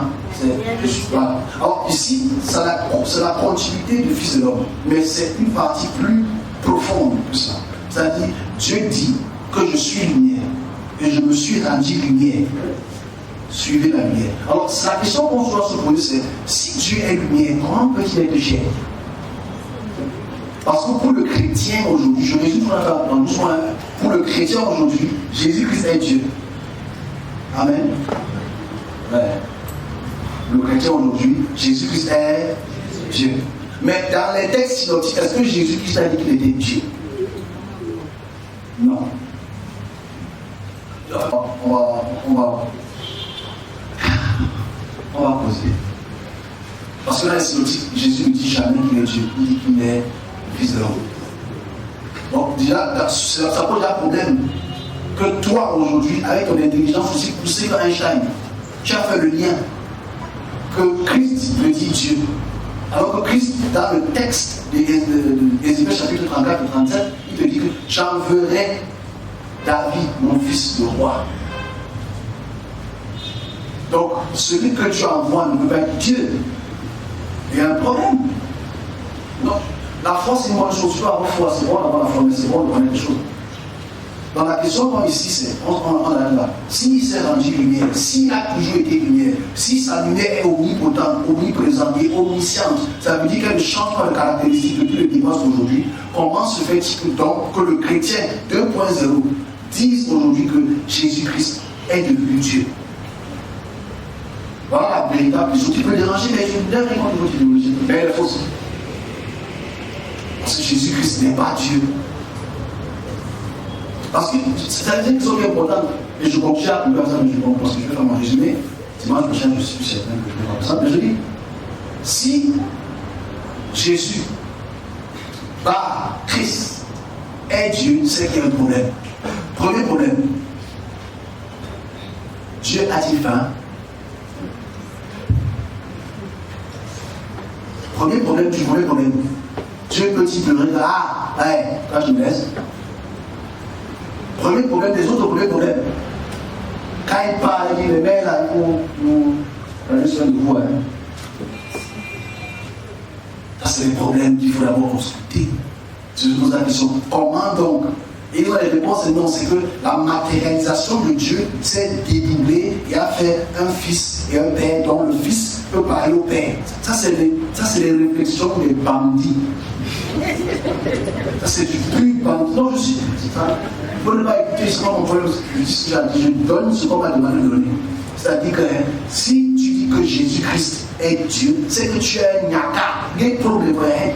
Parce que lui-même, il dit que le Père l'a envoyé, mais toi tu dis que non, le Père qui l'a envoyé, ça veut dire que c'est le Père. C'est un problème. C'est-à-dire qu'on se voit les yeux parce qu'on veut se voiler les yeux. C'est ça que je dis depuis décembre. Le mensonge est tellement sucré qu'on peut s'asseoir sur le mensonge, on s'en fout. On dit là, c'est pas que non, le mensonge est quand même bon. Donc si Jésus n'a pas été roi, c'est qu'il n'a pas été Christ. Si Jésus n'a pas été sauveur d'Israël, c'est qu'il n'a pas été Christ. C'est tout. La conclusion est toute simple. Donc maintenant, nous sommes chrétiens, donc pourquoi? Quel est le but du christianisme céleste? Parce que l'extrémisme céleste. What is the goal? On arrive à la fin de l'année. Il y aura des choses assez étranges. Donc il faut faire filer mon sac. Donc j'ai fait avec la lumière. Jésus ne peut pas être Christ. Et je vais sur le mot Jésus là parce que je vais absolument dire quelque chose rapidement. Alors, le problème avec. Le problème avec le mot Jésus. Alors, le mot Jésus pose problème pour moi. Même pour vous. Parce que vous, c'est normal. Je ramasse ça pour vous. Mais quelle est l'origine du mot Jésus? Ce n'est pas un mot satanique, ça n'a rien à voir. C'est un nom comme Monsieur Yves, c'est un nom comme. Madame, voilà. Maintenant, on apprend à de comprendre ce qu'on appelle l'idéologie du nom de Jésus. L'idéologie. L'idée. Quelle est l'idée derrière le nom de Jésus? Alors, on va aller en phase ascendante, pas descendante. Et on quitte la période christique à la période du nom. C'est-à-dire, à la période du Christ, il y a un nom qu'on appelle Jésus. Jésus est d'abord un nom commun. Ça veut dire, des gens qui s'appellent Yeshua, c'est commun. Parce que n'oublions pas, ce qui est un peu difficile, c'est que Jésus, c'est une traduction. Ok? On est ensemble? Amen. Bon, donc on repartons du début, on va à la fin. C'est mieux, ça va être plus simple. Je vais m'amener encore mes amis ici. Qui sont déjà moïse. Tu m'amènes où ils sont là le dimanche? Bref. Donc, déjà, quand tu lis les 5 livres de Moïse, il n'y a pas le mot Yeshua, à part Josué. Josué, là, c'est un nom ordinaire. Josué. C'est un nom ordinaire. Au chapitre, le 5e livre, le 6e livre de la Bible hébraïque, on voit le livre de Josué. Un très bon sanguinaire. Moi, je l'ai mis. Mais je dis, le livre de Josué est important parce qu'en fait, dans les 5 livres de Moïse, on ne parle pas du mot sauver, c'est-à-dire Yeshua ou Yeshua. Parce que quand c'est écrit, c'est un peu complexe d'expliquer l'écriture de 5 livres de Moïse. Ça va prendre trop de temps, je parle de la section. Mais quand est-ce qu'on commence à étudier le mot Yeshua ou Yeshua? Ça commence véritablement, comme j'ai écrit dans la vidéo, avec Ésaïe. Ésaïe a beaucoup utilisé, près de 14 fois le nom, plus même 16 fois. Mais il y a d'autres fois que la forme de l'écriture, le lexique est un peu différent. Ok, mais je dis, à 14 reprises, Ésaïe utilise le nom Yeshua. Alors, quand il utilise le nom Yeshua, Yeshua, c'est important de dire aux chrétiens, Yeshua n'est pas le nom de Dieu, parce que le nom de Dieu, c'est Yahweh. Hein? À la période d'Ésaïe, parce qu'il faut comprendre, du chapitre 1 au chapitre 2 de la Genèse, il s'appelle Elohim. Le Dieu d'Israël s'appelle Elohim. Au chapitre 4, en montant, il commence à s'appeler Yahweh. Au chapitre d'Exode, on appelle Yahweh. Même si Yahweh est Yahweh toujours. À la suite maintenant, il est Yahweh Adonai. Alors, le problème avec Yahweh, c'est que les gens qui se débattent sur le nom Yahweh sont aussi très très incultes. Parce que Yahweh, personne ne peut vraiment dire que non c'est Yahweh. Parce qu'on appelle un tétragramme. Yud, He, Vav, He. Ça appartient de la période mésomite pour pu déterminer que ce soit appelé Yahweh. Mais il y a des textes dans Deutéronome qui parlent de Jéhovah. Pour les gens qui discutent, si ça n'a pas dit les mots. Il y a un texte dans Deutéronome qui parle de Jéhovah. Donc là, les témoins de nous ont pris ça, ils ont fait ce qu'ils veulent. Ça, c'est pas grave. C'est leur droit. On continue. Donc ici, à la période d'Ésaïe, quand il appelle le nom de Yahweh Adonai, il dit que Yahweh Adonai va venir nous sauver. Yeshua, Yeshuati, me sauver. Donc on va faire le coup d'école le jour où nous dans 100 ans. Amen.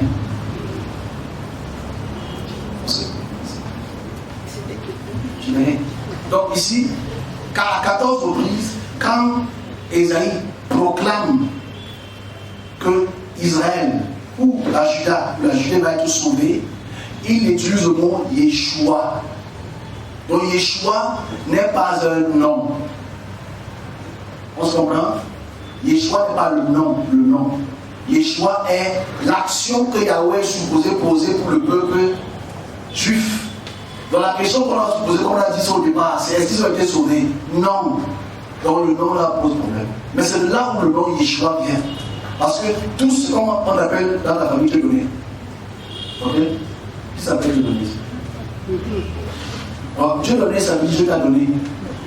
On s'en va. Mais il y a des données qui sont qui n'ont pas bien reçu. Ils n'ont pas bien reçu ce que Dieu a donné. C'est Dieu a repris plutôt. On l'a appelé Dieu a repris. Donc, c'est pas parce qu'on appelle Dieu donné que forcément tu es béni. On se comprend. C'est un qui s'appelle Simari. Ah, tu n'es pas la Sainte Vierge. Désolé. Papa, si tu es là, je te garde, j'espère que tu vas concevoir le Saint-Esprit. Donc ici, le problème qui est ici, c'est le nom donc Yeshua est un nom qui est beaucoup donc donné aux enfants. Un peu après, et donc le nom Jésus vient dans son contexte. Parce que Jésus est une transformation. Parce qu'en fait, le mot Jésus veut dire, le mot Yeshua veut dire sauver ou salut. C'est important de le dire aux chrétiens qui savent comme moi, je le dis parce que les gens sont déjà. Donc on continue. Donc maintenant, à la période dite du Christ, on parle quelle langue? On parle l'araméen. Mais la langue administrative, c'est la langue grecque. Il faut le dire là. La langue administrative, c'est la langue grecque. On va écouter ceci, c'est très important.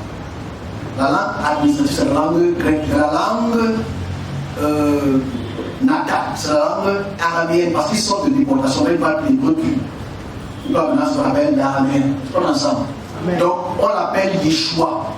Donc, dans tous les textes de l'Ancien Testament, du Nouveau Testament, pardon, quand le Christ parle, entre guillemets, le Christ parle, il s'adresse aux gens qui parlent l'araméen.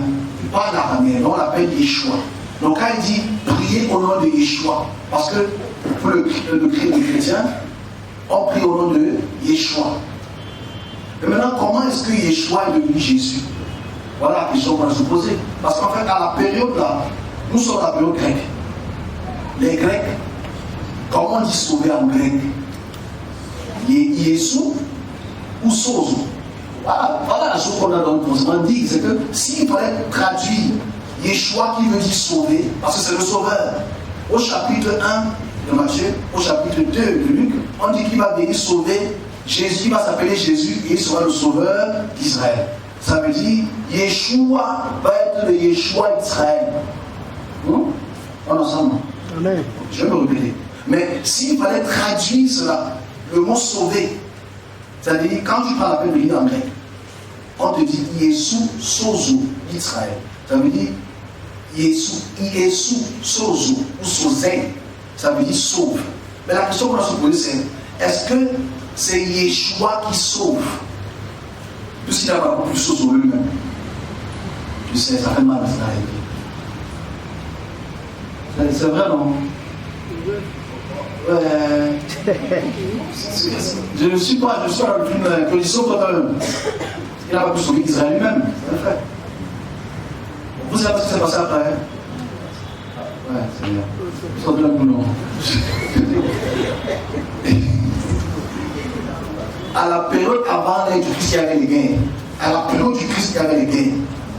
Les guerres internes entre les Juifs d'abord, les sectes juifs d'abord à l'intérieur, et les puissances romaines face aux Juifs, qui ont cassé le temple, détruit le temple et dispersé les Israélites entre les partout dans le monde. Vous allez rassembler, vous n'allez pas sauver quelqu'un. Mais il va tout sauver. Amen. On continue. Ça fait mal aussi. Il a dit, ne sortez pas au jeu, donc, mon Dieu, Seigneur, c'est celui qui a l'école de la vie. C'est les cheveux qui poussent beaucoup, c'est pas l'école. On continue. Donc ici, ce qu'il faut pas la peine de comprendre, c'est le nom, donc, Yeshua, si ça devait être traduit dans le sens épistolaire et étymologique, on devait transformer Yeshua en Sozei, ou Sozei, ou Sozo. Ça veut dire Yeshua qui veut dire sauve devrait être Sozo qui veut dire sauve. Mais on sait que le nom Yeshua est devenu un nom propre. Donc Yesu, donc on a se posé la question, comment Yeshua s'est transformé pour que ça donne Yesu? Il cherchait le son, parce qu'il faut savoir que le morphème et le phonème sont absolument différents. C'est Yeshua, l'autre c'est Yesus. C'est absolument différent. Et je conclue par rapport à la lumière ici. C'est à la période donc grecque, il y a 2000 ans, jusqu'à aujourd'hui, il y a eu des multi-transformations onomastiques. C'est qu'on était Yesu, on allait à Isho, on allait à Issa, on allait à. Il y a beaucoup de choses. Il y a au moins 5 transformations. Alors, cette transformation-là, comme j'ai expliqué, pour montrer la lumière de Dieu, qu'est-ce qui chasse les démons? Qu'est-ce qui guérit les malades? Qu'est-ce qui sauve? C'est Yeshua, Isho, Iosus, Issa, Ishu, Isus ou Jésus. Voilà les questions qu'on va se poser. Est-ce qu'on ensemble recommence? Je recommence encore plus. Quand on interprète, quand on traduit la Bible dans d'autres langues, quand on quitte peut-être du grec, c'est Iesus. On va au syriaque, c'est Isho. On va au copte, c'est Isso. On va à l'arabe, c'est Issa. On va au latin, c'est Isus. On va au français, c'est Jésus. Donc il y a eu des transformations onomastiques pendant 2000 ans, sans oublier les autres langues qu'on ne connaît pas. Donc la question qu'on va se poser, c'est sur ces 5 ou 6 transformations onomastiques, onomastique veut dire l'étude des noms. Quel est le nom dont on doit chasser un démon avec un guerrier? Moi, je préfère Icho, parce que c'est chaud. Icho. Imagine-toi que les nouvelles personnes arrivent et disent, bon, je prie encore aujourd'hui. Et le Icho, c'est bon, il a fait comment le croire? C'est le diable. Vous le connaissez dans les manuscrits, les textes, pour voir les transformations qu'il y a eu depuis le temps. L'ignorance, c'est comme le Covid. Alors, je dis ça parce qu'il y a une nouvelle vague qui est sociale. On appelle ça Macron. Non, j'ai levé le haut là, c'est Macron. On appelle ça Macron. Les gens pensent à finir partout pour Macron. Bon, je ne sais pas si Macron. On est sur le masque. On va conclure. Alors, ici, c'est très important de comprendre que les transformations des noms, donc, qui a bien pu avoir. Aujourd'hui, toi, tu as l'habitude. Le nom Jésus, c'est vraiment au XVIe siècle que ça avait été transformé. Parce qu'il faut savoir que l'Église catholique, il parle quoi? Le latin, Dominicus Sanctus Praticis Bustus. Donc il parle le latin, donc il s'appelait Jésus. Isus, pas Jésus. Il faut comprendre que le I a été transformé en J. Donc aujourd'hui on dit Jésus. On n'aime pas Jésus. Parce qu'en fait, imagine-toi donc le démon ne part que quand tu prononces le nom. On se comprend. Bon, imagine que tu as un démon devant toi là. Ah, je vais te tuer. Ta famille.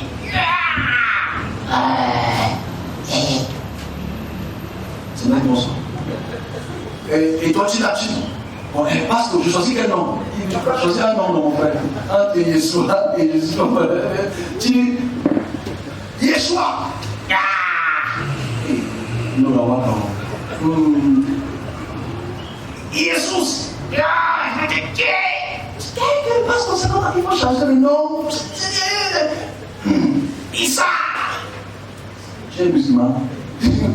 Donc la question ici c'est drôle, mais ça doit apporter à l'intelligence, c'est-à-dire les transformations des noms. Parce que c'est ça qui a le pouvoir.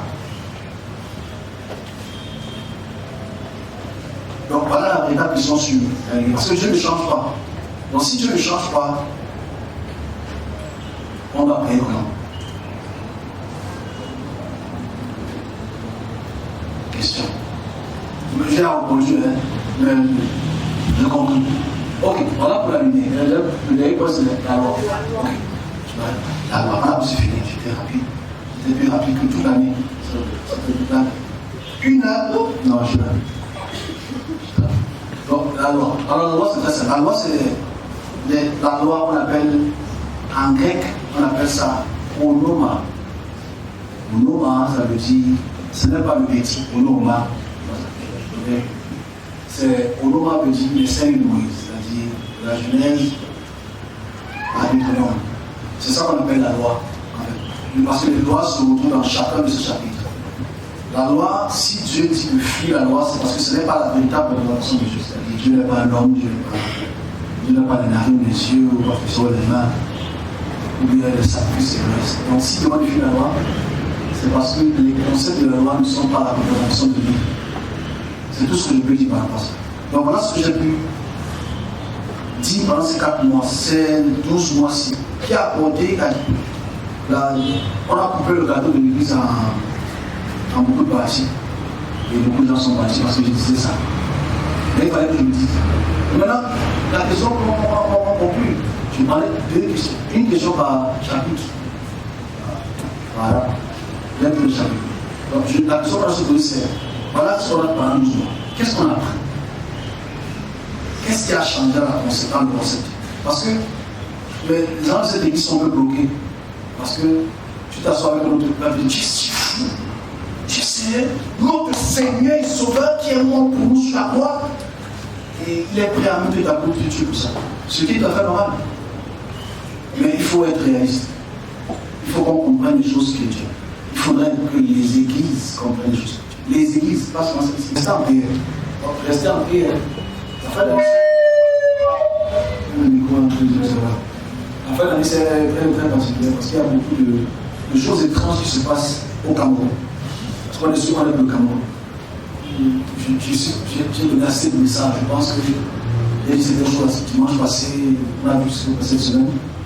On va pas parce que notre petite église a des yeux braqués sur le monde. C'est-à-dire très rare.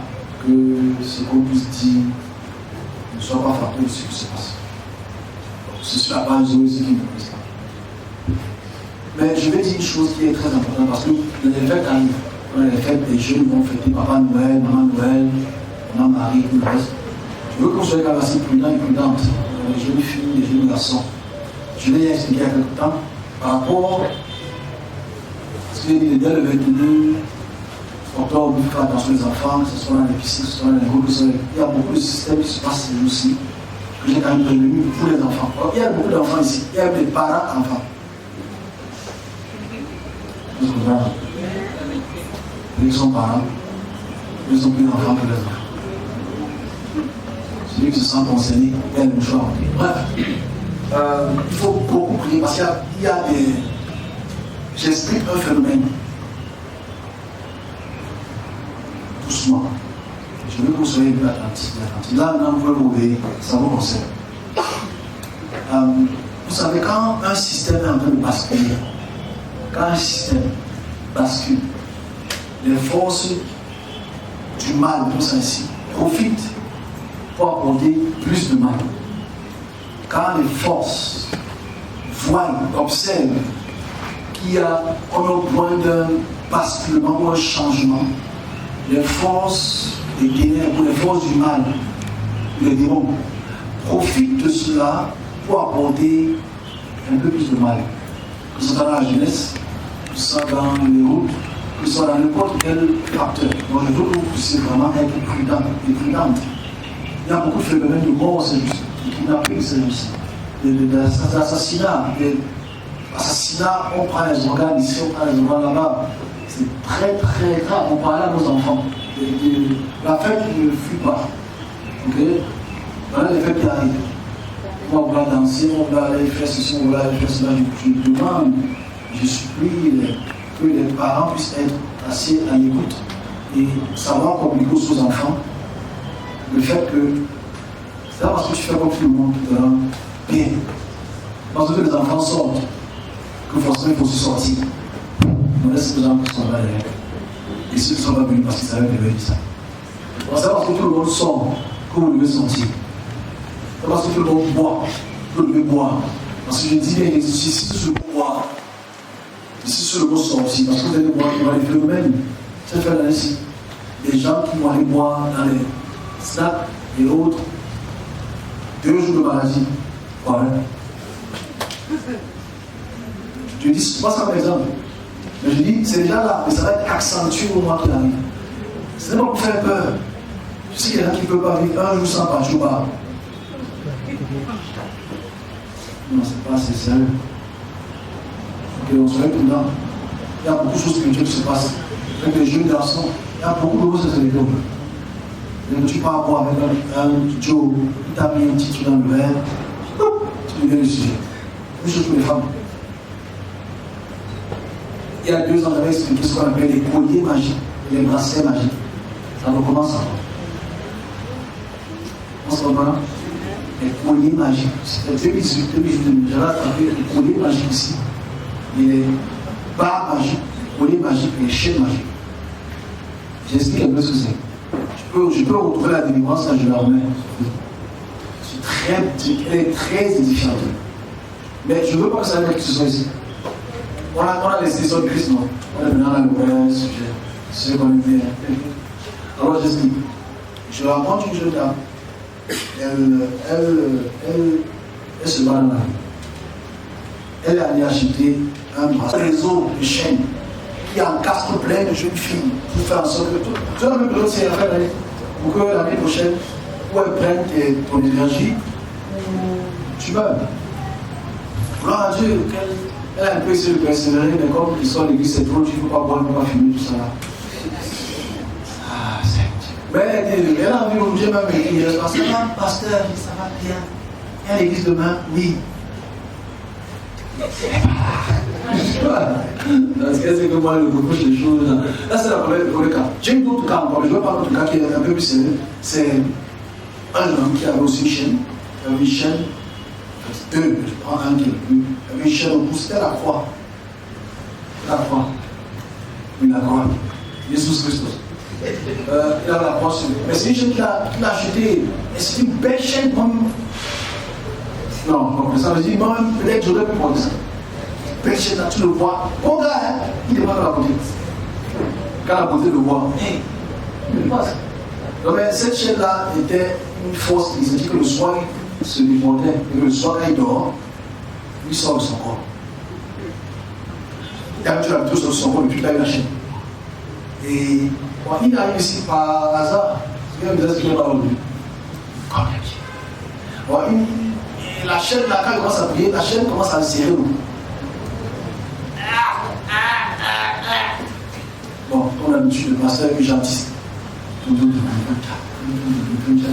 Et la chaîne a révélé beaucoup de choses. Bon, je dis ça parce qu'en fait, aujourd'hui, il y a une petite histoire comme ça sur Internet. Une jeune fille qui avait une chaîne, et là, on s'apprend des œufs. Pondre les œufs de. Oui, mais c'est des choses qui arrivent. Je dis ça parce qu'on aime tout acheter aujourd'hui des œufs. Moi, c'est des vieux cas.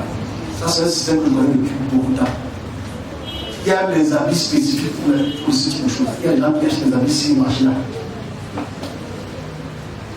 Je ne donne pas là-bas. Je ne donne pas comme ça. C'est nous qu'on achète. Vous savez, je vais filmer là. Non, pas c'est pas fait comme ça. Vous avez fait le choix d'acheter un col V qui arrive. C'est le col V in between. C'est un col V qui arrive là. Il y a beaucoup d'habits qui font attention. Parce que ces personnes-là, eux, ils veulent réussir. Ils sont prêts à faire ce qu'ils ont fait. Il y a beaucoup de naïfs et de naïfs. Donc, je ne veux pas que vous soyez naïfs. Alors, qu'est-ce qu'il faut bien faire? La solution, c'est tout simple. Pour moi, il y a deux solutions. Ou tu n'achètes pas, parce que tu peux vivre sans chaîne. Si ton gars ne t'aime pas sans chaîne, c'est qu'il ne t'aime pas avec la chaîne. C'est normal. Je ne vais pas se dire ça. Deuxième option, c'est que peut-être tu as acheté une chaîne chez un bijoutier. Une barre. Moi, je connais des gens qui ont des barres. Les barres, ils ont fait en main comme ça. La barre, elle vient d'où? Je sais. Il y a des gens qui ont la barre, c'est suspect. Ça va, on n'a rien. Ok? Même si c'est suspect, c'est comme un. Il y a des barres. Ça va coûter cher là-bas. La chaîne va coûter très cher. Mais il y a des chaînes qui sont en possession d'une possession possessive. Te possède sur le bout du monde. Il y a beaucoup de choses comme ça. La plupart des pasteurs qui mettent le bague là sont dedans. C'est tout. Et la plupart, il n'y a pas de tous. Parce que les gens qui aiment les mettent les bagues. Faites attention aux bagues, parce qu'il y a beaucoup de bagues qui sont trempées dans les pouvoirs. Et tu peux servir donc d'orchestre ou de médium. Donc, faites attention. Il y a ces choses qu'il ne faut pas. Il n'est pas dire que dès que janvier arrive, le 2 janvier, parce que comme la telle chaîne, tu as un problème. Tu as un problème. Alors maintenant, si tu penses que tu as une chaîne, viens ta chaîne à l'église, tu brèves. Fracasse. C'est tout ce qu'on peut faire.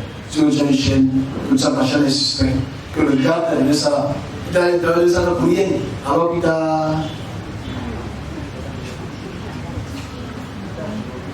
C'est normal. Alors moi, j'en connais, hein. Je connais les gens qui ont les chaînes.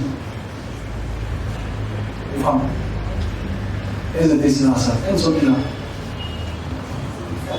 Ah, voilà, là c'est ordinaire. C'est pas moi, ça va être là. Ils savent pas, ils parlent. Les chaînes, là, ils sont dans la salle. Donc ils peuvent être des témoins de Jéhovah.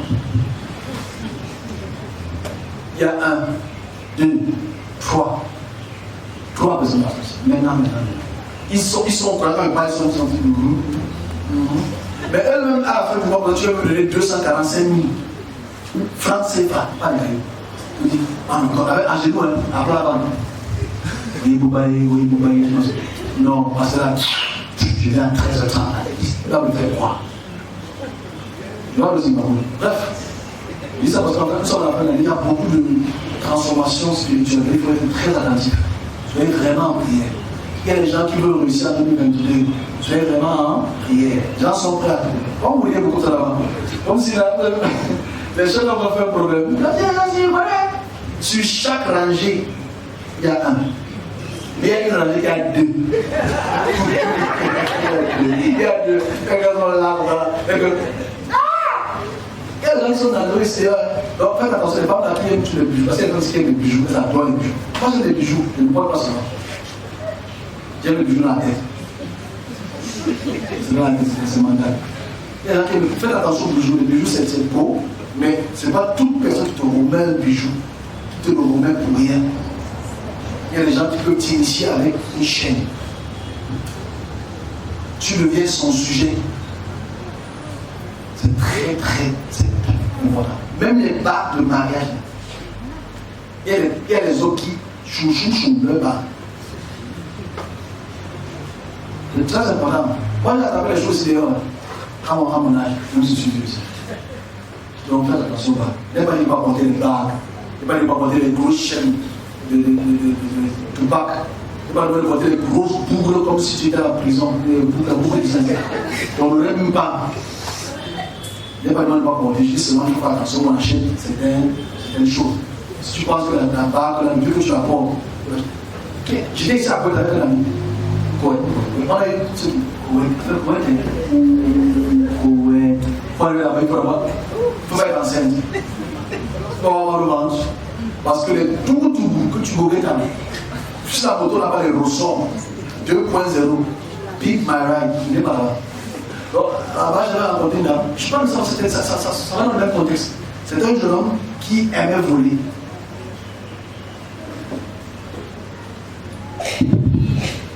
Je ne dis pas que vous avez volé, je parle de le mot pénètre dans les orbites.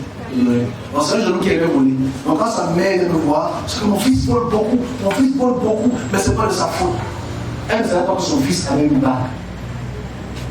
C'était une bague en argent, bien polie. Non, c'est pas que la bague était polie, pour le test, mais la bague était bien polie. Donc c'est jamais fait le petit peu attention là. Ok, donc ce jeune homme était un voleur pour toi. Quand il arrive dans ta maison, tu n'as. Tu dors. Dans la bague, là, faisait en sorte que quand il entre chez toi, tu dors. Il a endormi les commissaires. Il a fait. Ça va être. Bon, il va pas se dire. Mais il a endormi les commissaires. Bon, c'était devenu tellement grave. Parce qu'il fumait le banga, le hachis, il prenait le caillou. Il fallait tout ça la mélanger. Donc les yeux n'étaient pas rouges, comme la couleur. Non, c'est très grave, c'est très grave. Et sa mère voulait pas cacher la vérité. Non, mon fils, et ma mère. Mes yeux là, quand c'est ouvert, tu manques pour toi. Mon fils est beau. Non, mais c'est que ce n'est pas de sa faute, c'est ses amis, c'est pas ses amis. Mon fils, je vois une barre. Mon fils ne voit pas de barre. Mon fils a une barre. Je ne vais pas parler. C'est quand son fils est parti voler chez un directeur de la place. Il a volé grand placement et les ordinateurs. Il est parti donc revendre. Le type a été une bouteille. Donc le garçon a commencé à tomber malade. Quelque part, ça m'a joué à l'Ivoirienne. C'est le Cameroun Ivoire. Donc ce qui se passe, c'est que quand le jeune homme vient dans l'église, quelques mois plus tard, il vient à l'église là, tout chaud là. Il avait la balle dans sa bouche. Il dit, je vois que tu as la balle dans ta bouche. Il dit non. Il m'a même devant Dieu. J'ai commencé à l'hôtel derrière, mais l'hôtel c'est Dieu pour moi. C'est compris, il est menacé par la chaleur. Ils sont là-bas. Donc comme il y avait 6 personnes à l'église, il y avait 6. Il y avait 6 personnes à l'église, il y avait 6. La balle là, quand j'ai pris la main, j'ai senti que la balle là pesait 3 tours. Ça pesait dans ma main. Mais je voulais jouer pour la joue avec un film. Je me suis dit, ah, ça pèse, ouais, parce que c'est un peu de jour fort. Ça fait la barre aussi. Il a pu voler. Quelque temps. Là, je pense qu'il a mis là. J'espère qu'il ne vole pas. J'espère ici. Donc, je dis ça parce qu'en fait, quand il arrive chez toi, tu dors. Il ne sait pas ce qu'il faisait. Quand on a parlé de m'appeler, tu fais comment? Il dit, mon grand. Moi, je ne veux plus les choses là, mon grand. Bon, j'ai dit, C'est les gars qui ont trop fumé dans la voie, le plus normal. La langue est tellement brûlée que tu dis mon gars.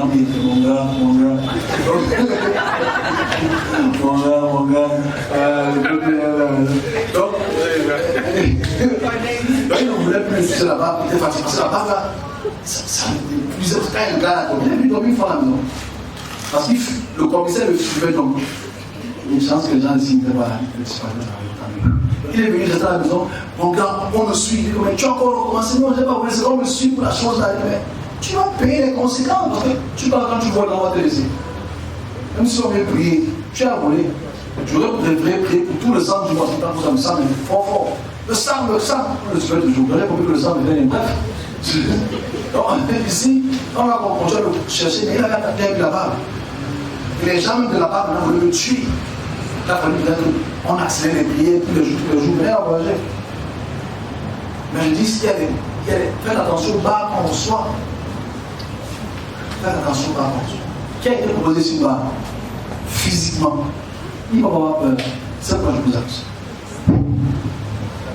À qui sont là proposé? Pas une barbe de fiançailles. Une barbe de genre. Ou à qui sont là voulu remettre une bague que porte, prends ses joues. Il faut parler au. Il faut parler pas. Ok, on va essayer de méditer. Parce que la plupart de nous, il faut savoir qu'on nous a peut-être pour faire des bagues spirituelles. Parce qu'il y a beaucoup de gens qui ont peut-être reçu des bagues spirituelles. Là, les règles, tu vois, on te met une bague dans ton doigt, on te met une chaîne sur ton cou. Il y a la main, coupe pas la main. On fait la main pour enlever le coin. On fait attention à des barres, des chaînes, tout ce type de choses. Faites rester en prière. Restez vraiment en prière. Évitez ce type de choses. Alors si tu es vraiment en là et que tu as des barres, apporte des barres, va vers un pasteur qui arrive. Vous voyez, non? C'est la seule solution. Sinon, la plupart de vous allez commencer des choses. Ok, bon. C'est ce que je voulais dire. Faites attention. On bascule, on est en train de basculer. Il y a beaucoup de ce type de choses dans cette fin-ci. Je sais que vous puissiez être à l'abri. On va prier. Restez assis. On va prier. Je vais prier pour les familles. En généralement, quand il y a beaucoup de familles, on les regroupe en famille. Mais aujourd'hui, comme il n'y a pas beaucoup de familles, on les regroupe en personne. Ok? Donc, on va prier très, très. Ça peut être très violent.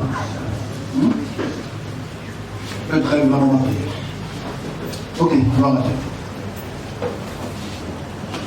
Donc la prière de famille, c'est une chose.